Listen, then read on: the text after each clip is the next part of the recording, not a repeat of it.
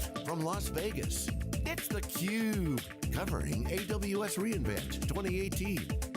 Brought to you by Amazon Web Services, Intel, and their ecosystem partners.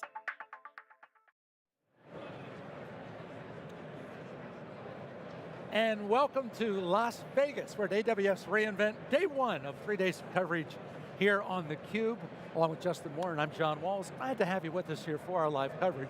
We're joined now by Jonsi Stefansson, who's the Vice President of Cloud Services at NetApp, and Hákon Guðbjartsson, who's the CIO of WuXi NextCODE. And gentlemen, thanks for joining us. Good to have you here. Yeah, thank you for having And I think not only your first time on theCUBE, but I believe the first time we have had natives of Iceland, I believe.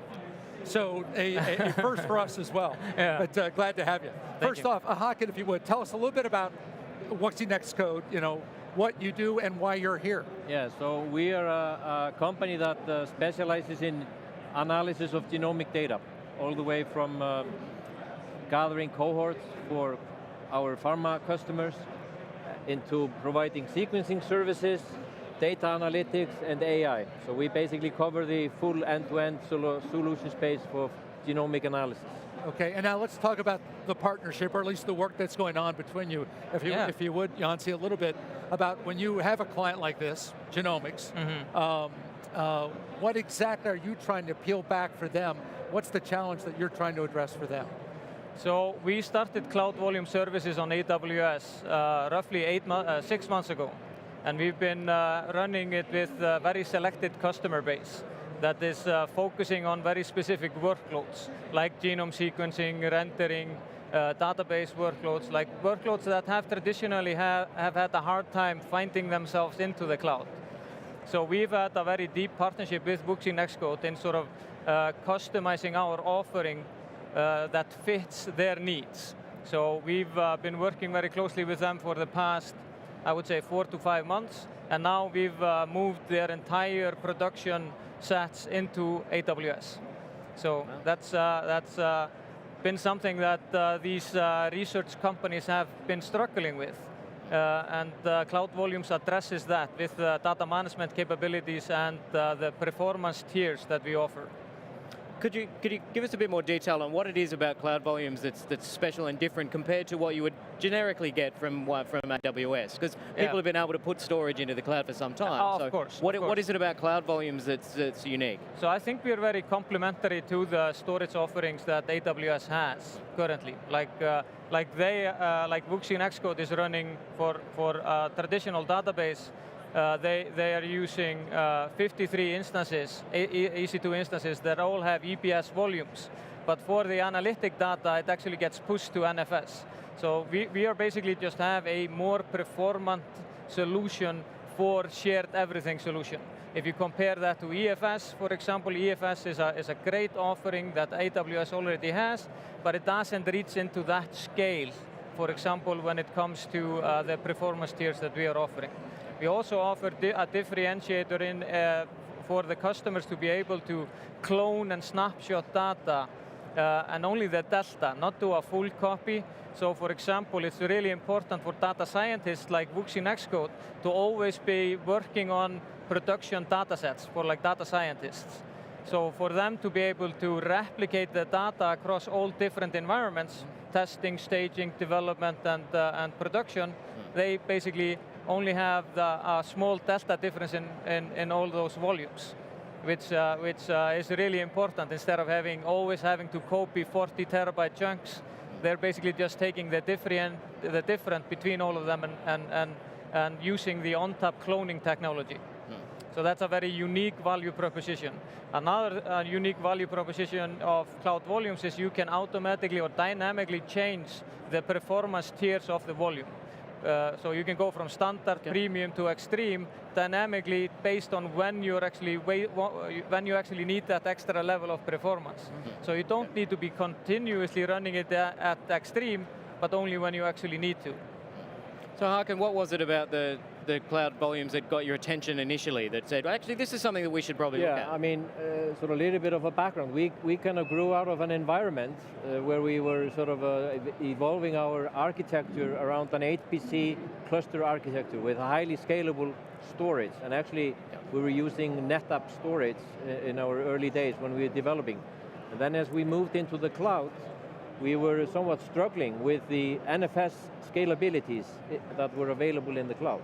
Right. So I sort of like to say almost that we are kind of reborn now in the cloud, because we are, we have lots of interactive analytics that are, user-driven. So high-speed I/O is fundamental in our analysis. Right. And we were in a way struggling to self-manage NFS storage in the cloud, and now. Cloud Volumes was in a way sort of like a dreams come true. It's a lot of simplification for us in terms of deployment and management to have a scalable service providing the NFS sort of service to our applications.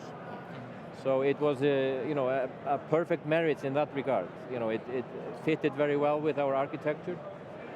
Even though we use some of our storage relies on object storage, but all the interactive analytics are performing way better using NFS storage. Yeah, Hákon, were there reservations, making this move? I mean, when or capabilities that you thought maybe it sounds good, but I don't know if you can deliver on that, and things on which you've been pleasantly surprised. Yeah, to a certain extent, because we had actually tried several experiments with other solutions, trying to solve sort of the NFS bottleneck for us. And so when we tried this, it actually went extremely smoothly. We onboarded 50 terabytes of data over less than a weekend. And when we ran our first sort of test cases to see whether this was working as expected, we actually found it work over 3 times better than with our conventional storage. And not only that, there were certain use cases that we had never completed really to the full end. And we were finishing them in times that we were very pleased with. I mean, they were actually running, our goal for the workshop that we did, and we've been doing this with a lot of customers.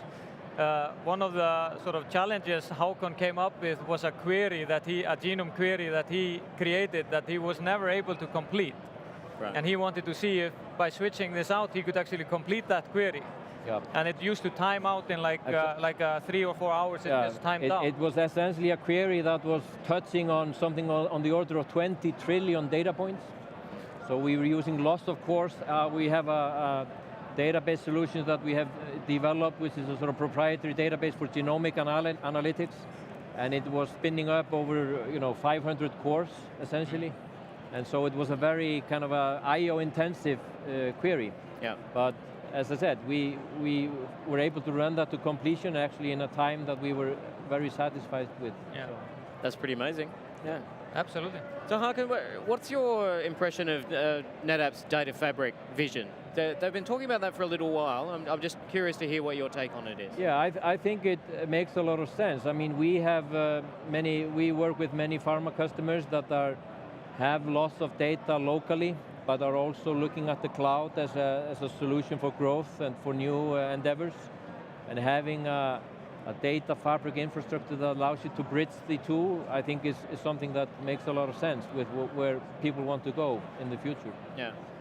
What are you hoping to hear from Amazon at the show around that idea of being able to live outside of the cloud? Traditionally, Amazon's been very keen on saying, no, everything must be here and in the cloud. They're not so keen on this idea of a data fabric that can move things around to different locations.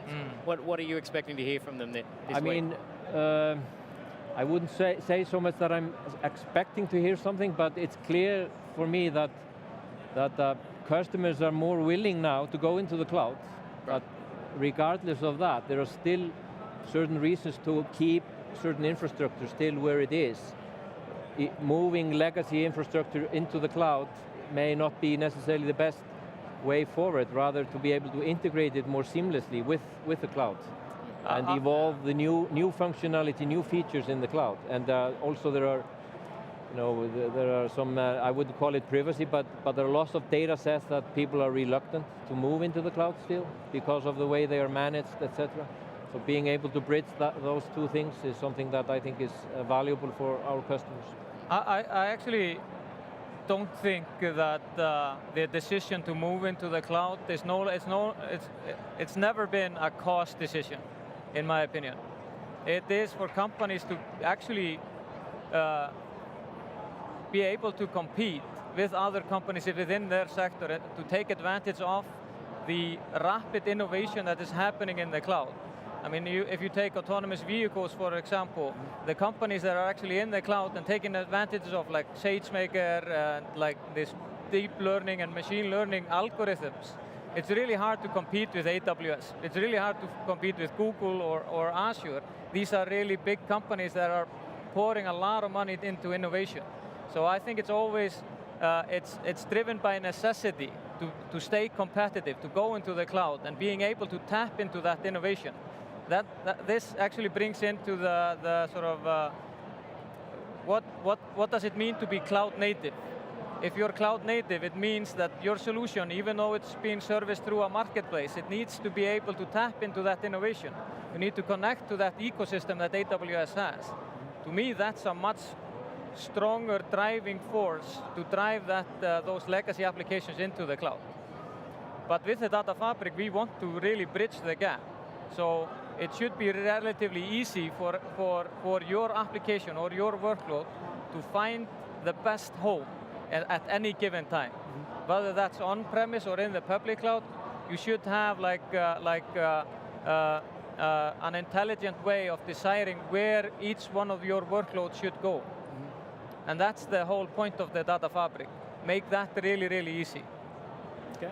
Well, you said the partnership's been about 4 months, so you're still on the honeymoon. Yeah. But here's to continued success, and thanks for being with us here on theCUBE. We appreciate it. Thank you so much for having me. Happy to be here. Have a great show. Thank you. Back with more. We are live here on theCUBE at AWS reInvent, and we'll be back with more in just a moment.